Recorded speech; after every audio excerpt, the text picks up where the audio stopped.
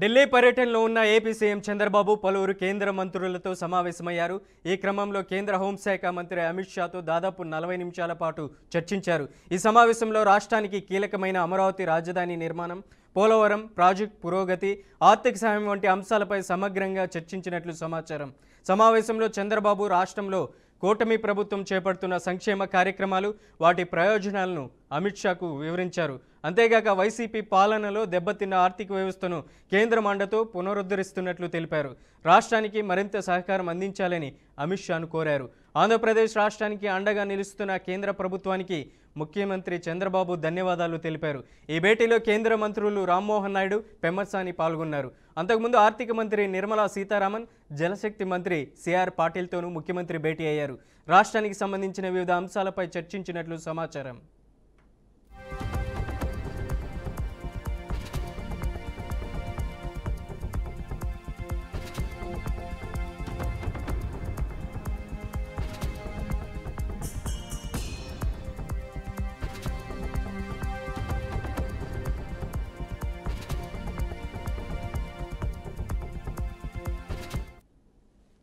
ఢిల్లీ పర్యటనలో ఉన్న AP CM Chandrababu పలువురు కేంద్ర మంత్రులతో సమావేశమయ్యారు.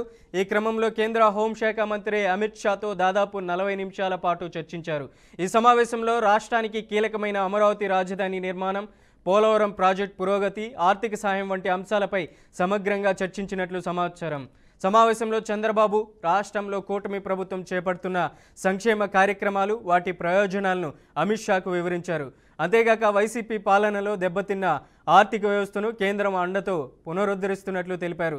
రాష్ట్రానికి మరింత సహకారం అందించాలని కోరారు. ఆంధ్రప్రదేశ్ రాష్ట్రానికి అండగా నిలుస్తున్న కేంద్ర ప్రభుత్వానికి ముఖ్యమంత్రి ధన్యవాదాలు తెలిపారు. ఈ భేటీలో కేంద్ర మంత్రులు రామ్మోహన్ నాయుడు, పెమ్మసాని చంద్రశేఖర్ పాల్గొన్నారు. అంతకుముందు ఆర్థిక మంత్రి నిర్మలా సీతారామన్, జలశక్తి మంత్రి సిఆర్ పాటిల్తోనూ ముఖ్యమంత్రి భేటీ అయ్యారు. రాష్ట్రానికి సంబంధించిన వివిధ అంశాలపై చర్చించినట్లు సమాచారం.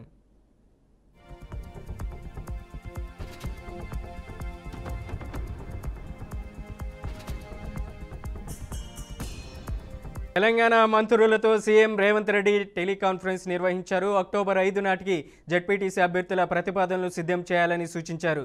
ప్రతి జెడ్పీటీసీ స్థానం నుంచి 3 పేర్లను ప్రతిపాదించాలని, అక్టోబర్ 5వ తేదీలోపు టీపీసీసీ చీఫ్ మహేష్ గౌడ్కు జాబితాను అందజేయాలని మంత్రులకు సీఎం రేవంత్ రెడ్డి దిశానిర్దేశం చేశారు.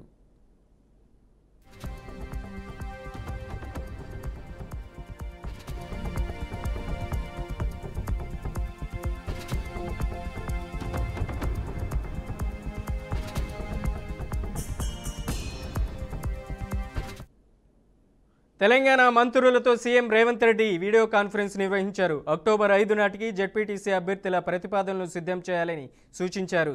ప్రతి జెడ్పీటీసీ స్థానం నుంచి 3 పేర్లను ప్రతిపాదించాలని, అక్టోబర్ 5వ తేదీలోపు టీపీసీసీ చీఫ్ మహేష్ గౌడ్కు జాబితాను అందజేయాలని మంత్రులకు సీఎం రేవంత్ రెడ్డి దిశానిర్దేశం చేశారు.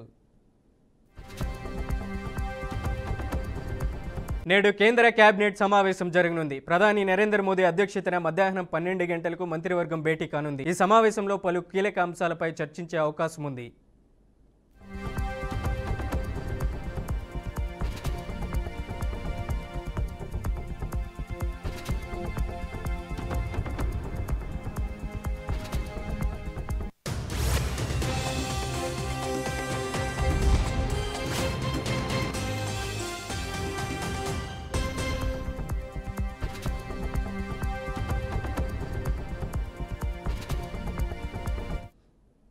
నేడు కేంద్ర కేబినెట్ సమావేశం జరగనుంది. ప్రధాని నరేంద్ర మోదీ అధ్యక్షతన మధ్యాహ్నం 12 గంటలకు ఈ మంత్రివర్గం భేటీ కానుంది.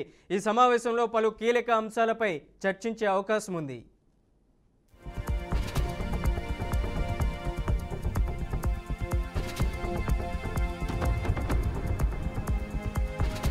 ఢిల్లీలో ఏపీ సీఎం చంద్రబాబు పర్యటన కొనసాగుతుంది. అక్కడ జరుగుతున్న సిఐ సదస్సుకు చంద్రబాబు హాజరయ్యారు. నవంబర్ 14, 15వ తేదీలో విశాఖపట్నంలో జరిగే సిఐ 30వ భాగస్వామ్య సదస్సుకు సన్నాహకంగా నిన్న ఢిల్లీలో నిర్వహించిన కార్యక్రమంలో విదేశీ ప్రతినిధులను ఉద్దేశించి ప్రసంగించారు. ఇప్పటివరకు ఏపీలో 6 సార్లు సిఐ సదస్సులు నిర్వహించామని, ఇప్పుడు 7వసారి నిర్వహించబోతున్నామని చెప్పారు. దీన్ని బట్టి ఆంధ్రప్రదేశ్ అనుసరిస్తున్న పారిశ్రామిక అనుకూల విధానాలను అర్థం చేసుకోవచ్చన్నారు. పెట్టుబడులను ఆకర్షించడానికి క్రమం తప్పకుండా దావోస్ వెళ్లే ఏకైక రాజకీయ నాయకుడిని తానే అవుతానని సీఎం చంద్రబాబు అన్నారు. 30th CAA Partnership Summit 2025. I am proud to share that this prestigious event will be hosted in Andhra Pradesh this November. It is an honor for me to welcome you, all of you, on behalf of the state. Just now, Mr. Banerjee and also Honorable Minister rightly mentioned, I am not new to business. You can indicate here, CAI is a industry where they are promoting continuously with the government of India and also state governments. From my behalf, I conducted 6 times. This is the 7th time CAI conference in Andhra Pradesh. That itself is indicating my attachment to industry. Even some of you are aware, I met all the diplomats and also I visited so many times to your countries, and also we built very good rapport also. Now, as a matter of fact, the Partnership Summit has always been more than just an event. It has been a strategic instrument, a powerful platform for state-level promotion, for investment outreach, and for global engagement.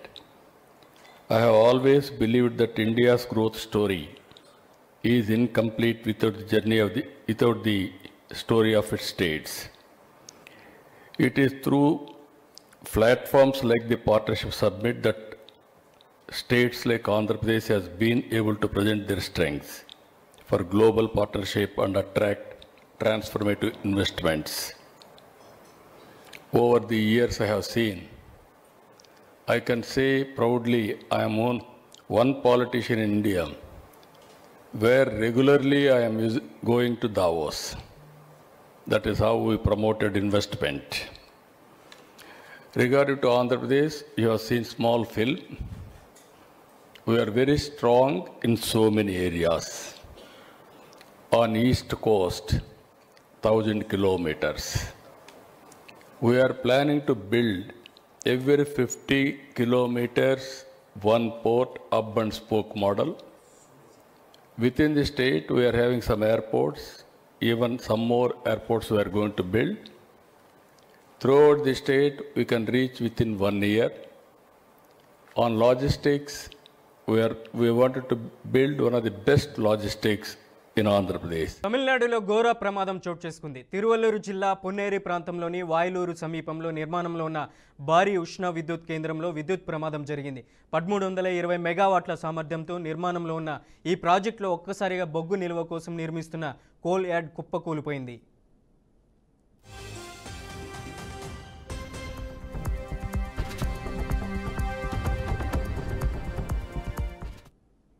ప్రమాదం జరిగిన సమయంలో అక్కడ పనిచేస్తున్న ఉత్తర భారత కార్మికులు దాని కింద చిక్కుకుపోయారు. ఈ ఘటనలో 9 మంది కూలీలు అక్కడికక్కడే మృతి చెందగా మరో కార్మికుడు పరిస్థితి విషమంగా ఉందని సమాచారం.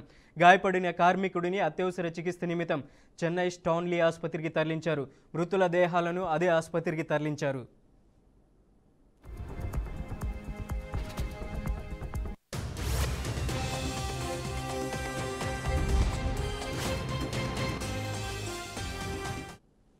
ప్రమాదం జరిగే సమయానికి ప్రాజెక్ట్ నిర్మాణ పనులు వేగంగా సాగుతున్నాయి. ఇప్పటికే 70% వరకు పూర్తయిన ప్రాజెక్టులో ఈ ప్రమాదం చోటు చేసుకోవడం కలవరపాటుకు గురిచేసింది. ఇప్పటికీ మట్టి పెళ్లల కింద ఎవరైనా ఇరుక్కున్నారన్న అనుమానంతో పోలీసులు, అగ్నిమాపక సిబ్బంది శోధన చర్యలు కొనసాగిస్తున్నారు. ఘటనా స్థలంలో తీవ్ర ఉద్రిక్తత నెలకొంది. అధికారుల పర్యవేక్షణలో రికవరీ, సహాయక చర్యలు కొనసాగుతున్నాయి.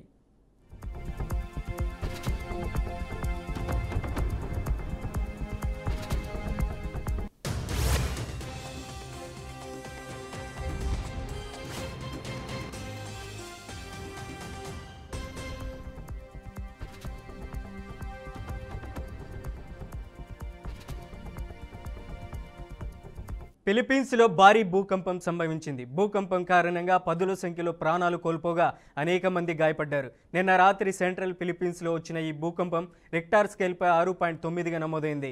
సెబు ప్రావిన్స్లోని బోగో నగరానికి 17 కిలోమీటర్ల దూరంలో భూకంప కేంద్రం ఉందని అధికారులు తెలిపారు.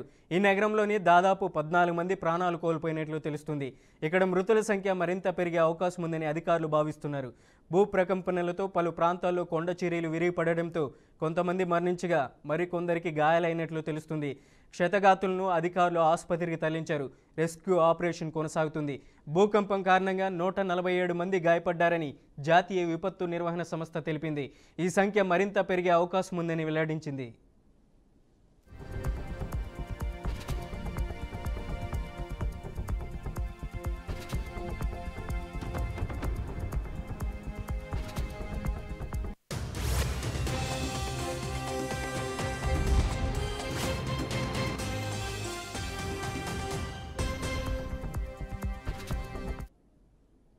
ఫిలిప్పీన్స్లో భారీ భూకంపం సంభవించింది. భూకంపం కారణంగా పదుల సంఖ్యలో ప్రాణాలు కోల్పోగా అనేక మంది గాయపడ్డారు. నిన్న రాత్రి సెంట్రల్ ఫిలిప్పీన్స్లో వచ్చిన ఈ భూకంపం రిక్టార్ స్కేల్పై 6.9గా నమోదైంది. సెబు ప్రావిన్స్లోని బోగో నగరానికి 17 కిలోమీటర్ల దూరంలో భూకంప కేంద్రం ఉందని అధికారులు తెలిపారు. ఈ నగరంలోని దాదాపు 14 మంది ప్రాణాలు కోల్పోయినట్లు తెలుస్తుంది. ఇక్కడ మృతుల సంఖ్య మరింత పెరిగే అవకాశం ఉందని అధికారులు భావిస్తున్నారు. భూ ప్రకంపనలతో పలు ప్రాంతాల్లో కొండ చర్యలు విరిగిపడడంతో కొంతమంది మరణించగా మరికొందరికి గాయాలైనట్లు తెలుస్తుంది. క్షతగాతులను అధికారులు ఆసుపత్రికి తరలించారు. రెస్క్యూ ఆపరేషన్ కొనసాగుతుంది. భూకంపం కారణంగా 147 మంది గాయపడ్డారని జాతీయ విపత్తు నిర్వహణ సంస్థ తెలిపింది. ఈ సంఖ్య మరింత పెరిగే అవకాశం ఉందని వెల్లడించింది.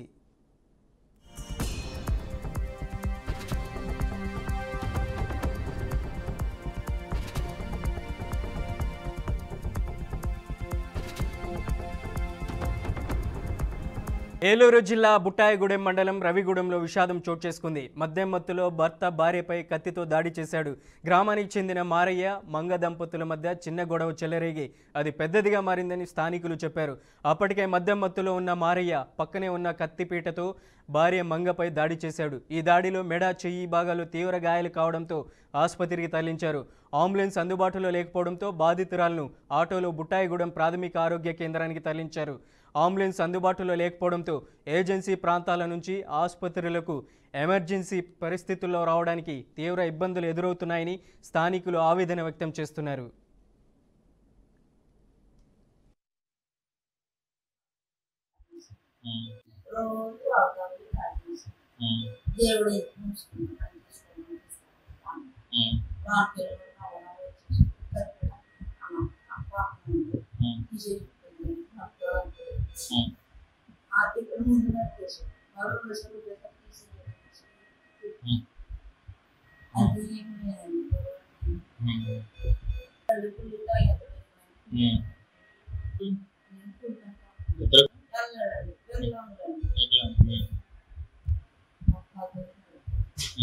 ఖమ్మం జిల్లా సత్తుపల్లి మండలం సిద్ధారం గ్రామంలో బతుకమ్మకు అవమానం జరిగింది. ఒక కాలనీలో మహిళలు బతుకమ్మ ఏర్పాటు చేసి ఆడుకుంటుండగా సింగపోగు కుమారి అనే మహిళ అనుచితంగా విహరించింది. అక్కడికి వచ్చి బతుకమ్మ చుట్టూ మూత్రం పోసి మహిళలను దుర్భాషలాడుతూ అవమానించినట్లు ఆరోపించారు. ఈ ఘటనపై మహిళలు తీవ్ర ఆగ్రహం వ్యక్తం చేస్తూ పోలీసులకు ఫిర్యాదు చేశారు. అనంతరం ఈ ఘటనపై కేసు నమోదు చేసి దర్యాప్తు చేపట్టినట్లు పోలీసులు తెలిపారు.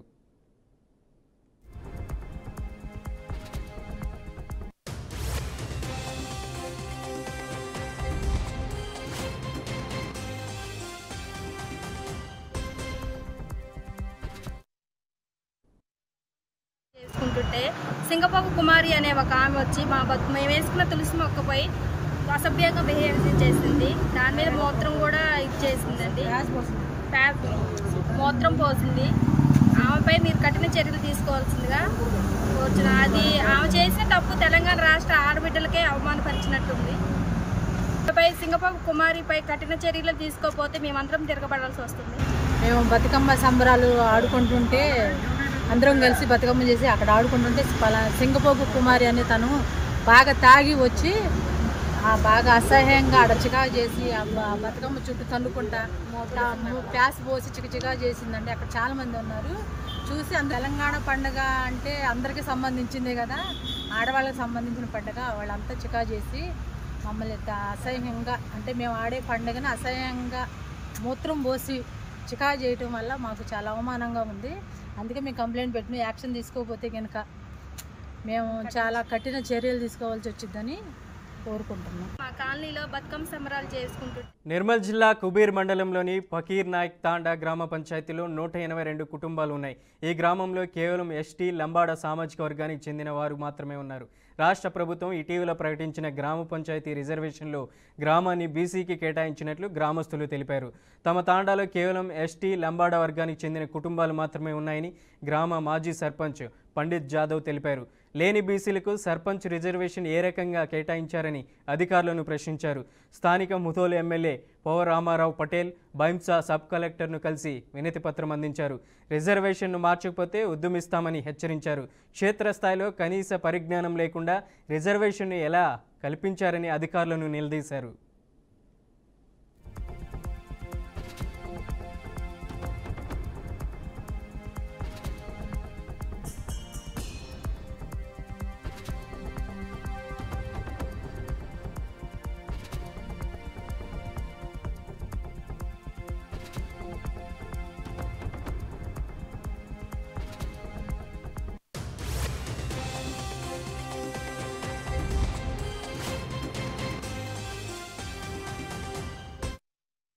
రిజర్వేషన్ కేటాయించడం చాలా తీవ్రంగా అన్యాయం చేయడం, ఇక్కడ ఉన్న ప్రజల యొక్క గొంతుకను దబాయించడంగా అవుతుంది. దీన్ని రిజర్వేషన్ సర్పంచ్ యొక్క రిజర్వేషన్ ప్రక్రియను మేము తీవ్రంగా ఖండిస్తా ఉన్నాము. ఈ గ్రామ పంచాయతీలో గిరిజన లంబాడీలు తప్ప ఏ ఇతర వర్గం బీసీలు కానీ ఎస్సీలు కానీ ఓసీలు కానీ ఎలాంటి వర్గం ఎలాంటి సామాజిక వర్గం ఈ ఫకీర్ నాయక్ తండా గ్రామ పంచాయతీలో లేరు. ఏ ఒక్క ఇతర వర్గం ఒక కుటుంబం కానీ ఏ ఒక్క ఓటు కానీ ఫకీర్ నాయక్ తండా గ్రామ పంచాయతీలో లేదు. మరి ఏ విధంగా సర్పంచ్ ప్రక్రియను ఏ విధంగా రిజర్వేషన్ ను బీసీలకు కేటాయించారు? లంబాడి తాండాలలో కేవలం లంబాడి ప్రజలు మాత్రమే ఉంటున్నారు. ఇక్కడ బీసీలు లేరు, ఎస్సీలు లేరు, ఓసీలు లేరు, ఈబీసీలు లేరు, ఓబీసీలు లేరు. కానీ ప్రభుత్వం ఫకీర్ నాయక్ తాండా గ్రామ పంచాయతీకి బీసీ రిజర్వేషన్ కేటాయించింది. ఇది చాలా అన్యాయం. లేదు, మా గ్రామానికి ఎస్టీ రిజర్వేషన్ కేటాయించి ఇక్కడ లంబాడి ప్రజలకు ఈ ఫకీర్ నాయక్ తాండా గ్రామ పంచాయతీ అభివృద్ధికి ప్రభుత్వం సహకరించాలి. ఈ గ్రామ పంచాయతీకి ఎస్టీ రిజర్వేషన్ కేటాయించాలని మేము గ్రామస్తులం ప్రభుత్వాన్ని డిమాండ్ చేస్తున్నాం. గ్రామ పంచాయతీకి సినిమా అంటే తెలుగు ప్రజలకు పండుగ, కానీ ఆ పండుగను దోచేస్తున్న మరో రాక్షసం ఉంది.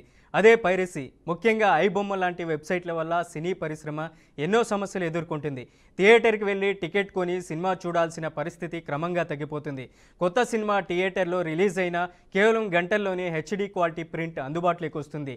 ఓటీటీ సబ్స్క్రిప్షన్ కూడా తగ్గిపోవడానికి ఇదే కారణమని పరిశ్రమ పెద్దలు ఆగ్రహం వ్యక్తం చేస్తున్నారు. ఈ క్రమంలోనే city police commissioner CV Anand కఠిన చర్యలకు సిద్ధమయ్యారు. ఐబొమ్మ నిర్వాహకులను ఏ క్షణానైనా పట్టుకుంటామని వార్నింగ్ ఇచ్చారు. ఇదిలా ఉంటే సినిమా ప్రియులు పరోక్షంగా విమర్శలు చేస్తున్నారు. టికెట్ల రేట్లు విచ్చలవిడిగా పెంచేస్తూ పోతే మేం థియేటర్లకు వచ్చి సినిమాలు ఎలా చూసేదంటూ వాపోతున్నారు.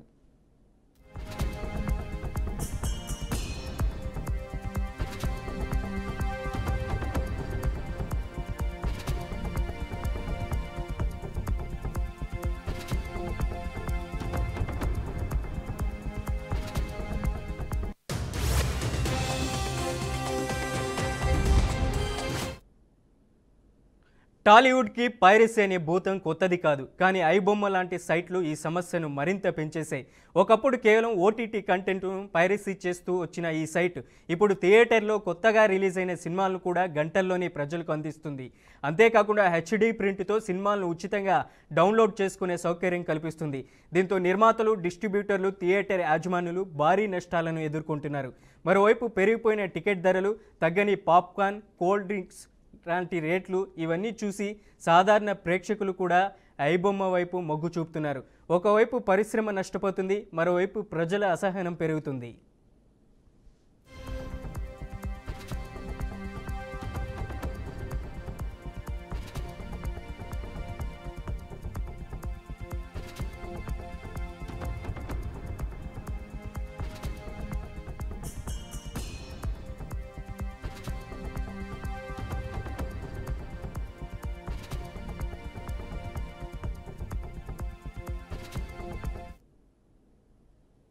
ఇదే విషయంపై Hyderabad city police commissioner CV Anand తలపెట్టిన ప్రత్యేక మీటింగ్లో టాలీవుడ్ స్టార్ హీరోలు, నిర్మాతలు, దర్శకులు పాల్గొన్నారు. పైరసీ ముఠాల పనితీరు, సీక్రెట్గా సినిమాలు బయటికి ఎలా వస్తున్నాయో వివరంగా చూపించారు పోలీసులు. ముఖ్యంగా బెట్టింగ్ యాప్ నిర్వాహకులే ఈ ముఠాలకు సహకరిస్తున్నారని వెల్లడించారు. దాదాపు 2 కోట్ల విలువైన ఆధునిక పరికరాలు ఉపయోగించి పైరసీ గ్యాంగ్ పట్టుకున్నామని, త్వరలోనే ఐబొమ్మ నిర్వాహకులను అరెస్ట్ చేస్తామని స్పష్టం చేశారు. ఇప్పటికే 4గురిని అరెస్ట్ చేసిన అసలు మాస్టర్ మైండ్ ఇంకా బయటే ఉన్నాడని చెబుతున్నారు. దీంతో సినీ పరిశ్రమ ఊపిరి బిగబట్టుకుంది. ఇక ప్రేక్షకులు మాత్రం వేరే కోణంలో ప్రశ్నిస్తున్నారు. టికెట్ ధరలు తగ్గించకపోతే పైరసీ తగ్గుతుందా అని ప్రేక్షకులు తెలియజేస్తున్నారు.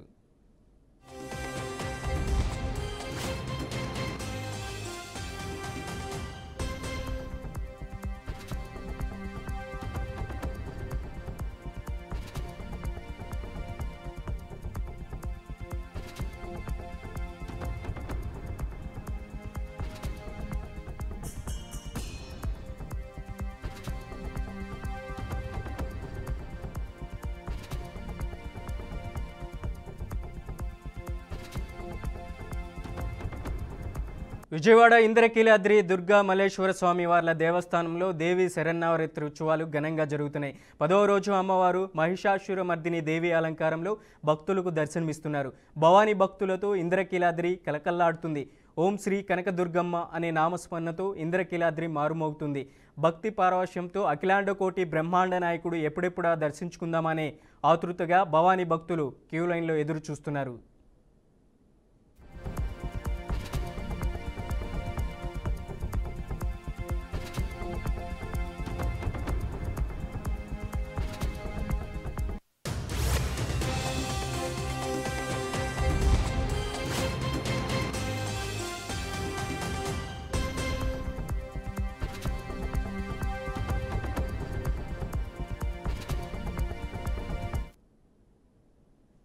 ఎన్టీఆర్ జిల్లా జగ్గయ్యపేట పోలీస్ స్టేషన్ పరిధిలో అమానుష్య ఘటన చోటు చేసుకుంది.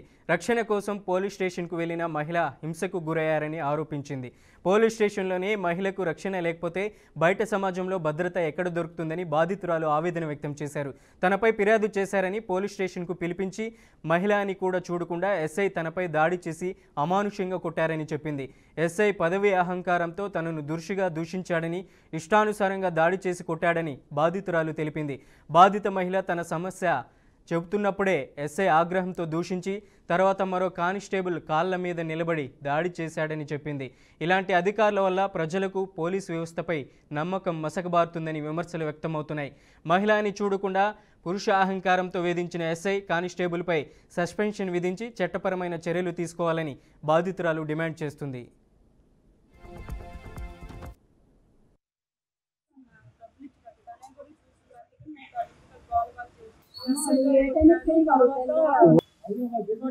తీసుకొచ్చారు సార్. ఒప్పుకున్న తర్వాత మళ్ళీ నాకు ఇష్టం లేదు అమ్మాయి అనేసి నన్ను కొట్టారు.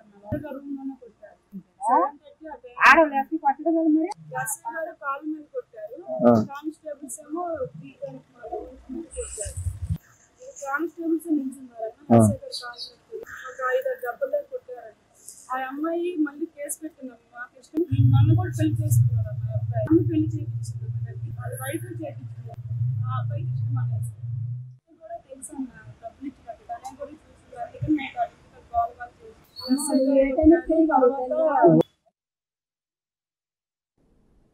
ఇవి బులెటిన్ విశేషాలు. మరిన్ని న్యూస్ అప్డేట్స్ కోసం చూస్తూనే ఉండండి BRK న్యూస్.